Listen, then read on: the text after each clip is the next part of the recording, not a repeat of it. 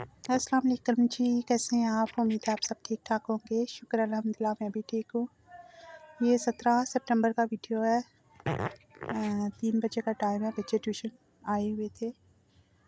17 सितंबर को मेरे अब्बू जी इस दुनिया से गए थे। तो बस आज वही दिन है और सुबह से दिल बहुत उदास था। तो बच्चों को पढ़ा के तो मैंने असर की नमाज़ अदा की थी। माँ बाप जब चले जाते हैं तब पता चलता है ज़िंदगी की हकीकत का। पता नहीं वो कौन से लोग होते हैं जो कहते हैं कि हमारे चाचे मामे हमारे बड़े अच्छे रिश्तेदार हैं। पता नहीं, हमने तो ऐसा कुछ भी नहीं देखा था। हमारे तो सारे रिश्तेदार हमारे माँ बाप ही थे और वो भी अल्लाह ताला का हुक्म था, उसकी रज़ा थी कि वो भी इतनी जल्दी हमें छोड़ के चले गए। तो मैंने सुबह से कुछ भी नहीं खाया था। तो बस शाम के 4 हो गए थे। तो भाई लोगों ने अब्बू के ख़त्म के लिए तैयारी की हुई थी। तो मैं ये फिर लंच और नाश्ता एक साथ ही कर रही हूँ।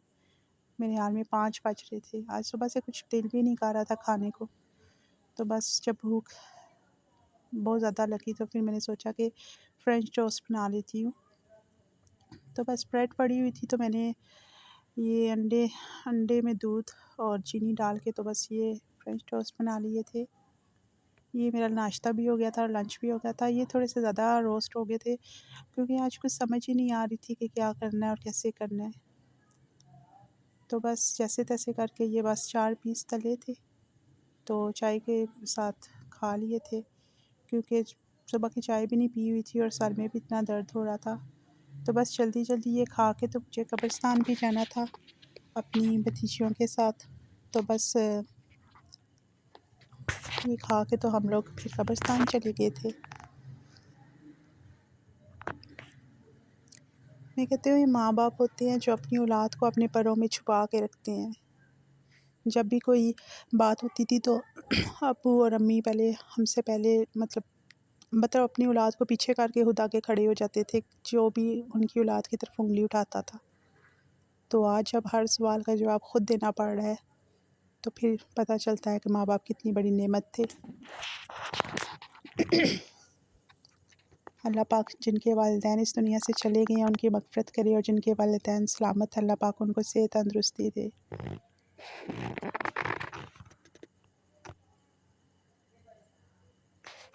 ये कुछ क्लिप मिस हो गया था, ये जाने का वीडियो था। हाँ, हमारे घर से इतना दूर नहीं है कब्रिस्तान हमारा, बस थोड़ा ही दूर है, लेकिन ये है कि रोड से होके जाना पड़ता है, तो इसलिए फिर मैं थोड़ा-सा कुछ हफ़्तों के गैप से ही जाती हूँ।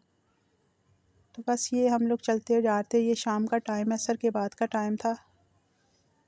तो बस मैं और ये दोनों बच्चियाँ ही जा रही थी।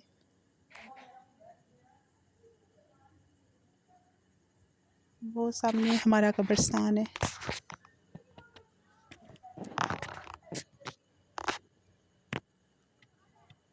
मैं बाज़ औक़ात देखती हूँ लोग इतने बूढ़े होते हैं और उनके माँ-बाप भी होते हैं, तो फिर मुझे शिद्दत से इस बात का एहसास होता है, लेकिन अल्लाह की रज़ा के आगे इंसान बेबस हो जाता है।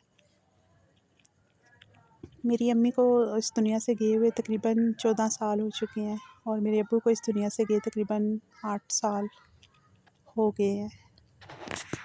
मेरी अम्मी की डेथ 17 जुलाई को हुई थी और मेरे अब्बू जी की डेथ 17 सितंबर को हुई थी। तो बस फिर कब्रिस्तान पहुंच गए थे, तो पहले अपनी अम्मी की कब्र पे दुआ की थी और उसके बाद फिर अपने अब्बू जी की कब्र पे गई थी। पता नहीं मुझे फ़ील हुआ था इनका पेन कि आज अगर वो उनको भी दर्द हो रहा होगा कि उनकी औलाद किस दुःख में है, किस दर्द में है। कभी-कभी तो इतना अजीब आ आता है कि इन बेचारों को इस दुनिया में भी औलाद का दुःख था और इस दुनिया में जाने के बाद भी इनको औलाद का ही दुःख रहा है। तो बस ये दोनों बहनें बाल्टी में पानी डाल के तो दादों की कब्र पे डाल रही थी। ये हमारे जो कब्रिस्तान के लुक आफ्टर करते हैं, ये इधर साथ बैठने की जगह है। तो माशाल्लाह से उन्होंने कब्रिस्तान को बहुत साफ़-सुथरा रखा हुआ है और वो बेचारे कुछ लेते भी नहीं हैं, कोई उनकी सैलरी वगैरह नहीं है मंथली लगी हुई, कोई अपनी मर्ज़ी से दे दे तो दे दे। ये मेरे अब्बू जी की कब्र है। अल्लाह पाक उन्हें करवट-करवट जन्नत नसीब करे। बस ये वापसी का शाम होने वाली थी, मगरिब होने वाली थी, तो मैंने बच्चियों को बोला था कि अब चलते हैं।